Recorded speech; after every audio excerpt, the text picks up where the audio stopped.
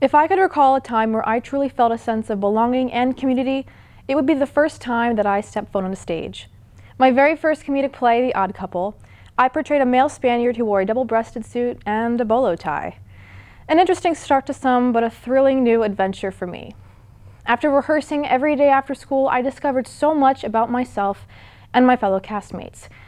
I learned that most of my soon-to-be close friends were hilarious and that I was able to rock a bit of masculinity. Although something still didn't feel right. As an accomplished performer and musician, I've noticed that both parents and policymakers fail to see what's behind the curtain. The friendships, the hard work, the dedication, and the emotion are all aspects of the art that are often misinterpreted as just another after-school activity. It is so much more. It is so vital to recognize these things more than ever because of the impact they have not only on students, but the communities that they thrive in. Undervalued and perceived as a space primarily for entertainment, the arts are a place of compassion and empathy which promote coexistence. My goal isn't to undermine or devalue other areas of study, rather to share my experiences as a student and redefine the way that we view the arts in hopes of achieving social solidarity. Children are often told that they need to find a real job in order to achieve success, and that music is nothing more but a hobby. Not only are parents suggesting this to their children, but it is also being told to students like myself in schools nationwide. As the arts are slowly removed from our schools, children begin to lose touch with their true dreams and aspirations. Instead, they're told to be doctors, lawyers, or other well-paying positions. When I was a junior in high school, I was sitting in class one day. I'm unsure of the context of the conversation. However, I remember one of my teachers, who I'll call Mrs. T, asked me what I wanted to do after I graduate.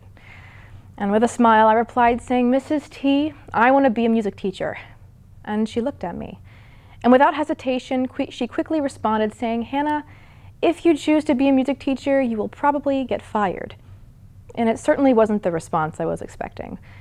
And before I mustered up the courage to respond, I looked around the room before me only to see the many baffled faces of my classmates. And while I wasn't upset, her words certainly carried with me for a long time. I will never understand her comment, for there are so many things students can benefit from when they choose to participate in the arts. Whether it's band, choir, or drama, there is no doubt that they each have something which students can gain from. Improved attitudes, stronger relationships with their teachers, and a growth in self-confidence are all perfect examples that show the importance of the arts. From being heavily involved in my school's choir and theater program, I have learned so much about myself and my peers. Through rigorous rehearsals which consisted of improv games, dancing, and singing, I was able to come out of my comfort zone and simply be myself. From taking lessons with my choir director, not only have I learned more about vocal technique and the many different aspects of singing, I have created a beautiful relationship with my teacher who has guided and helped me tremendously throughout my time in high school. And because of these two programs, I've not only grown into a better performer, but into a more confident and empathetic individual. Yet, the question I keep asking myself is why?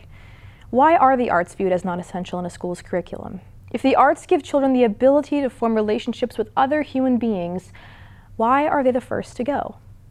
I understand that other activities such as sports are capable of teaching similar ideals. Why can't they be treated equal? These questions still remain unanswered for me. The arts' effect on community. While the arts provide an abundance of benefits to youth, what some may not be aware of is how the community is affected. Events such as concerts, festivals, and fairs give people the opportunity to come together and support their favorite performer, artist, or local theater. Although I sing primarily in my choir, there are a number of community-based organizations that I'm a part of. One is the Southern Delaware Chorale. Every Tuesday evening, myself and around 30 other people who are much older than me come together and sing.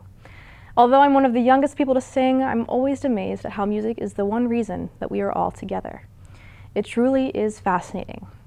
Not only does this organization allow the choir to rejoice, however, it encourages friends, family members, and other music enthusiasts to attend our shows. Along with chorale, since my school does not have an auditorium, the drama club takes their production on the road. About 30 minutes to be exact.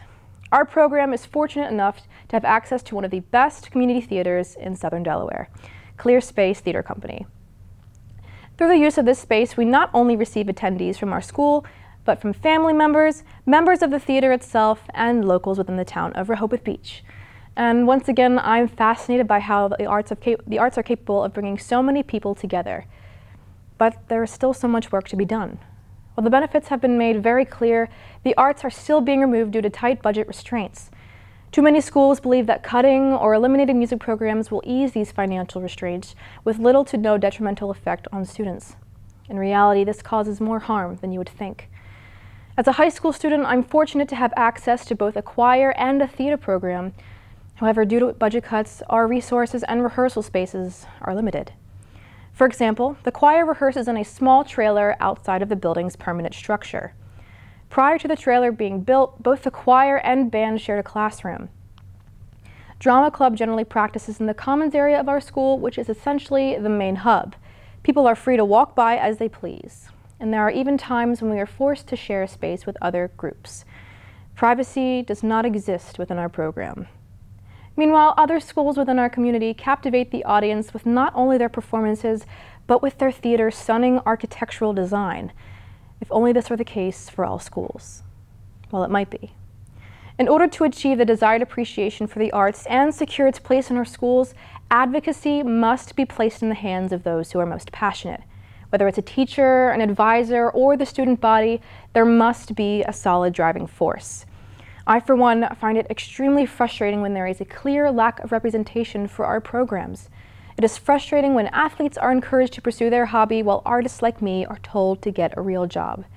It is frustrating when school board members aren't even aware that their school has a choir. While I cannot foresee the ever-impending future, I know that one day I will be a music teacher. And for my future students, I hope that you will be able to sing in your own classroom with the most graciously grand piano, dance freely in an open space, and most importantly, perform alongside your classmates in a theater of your own. Thank you.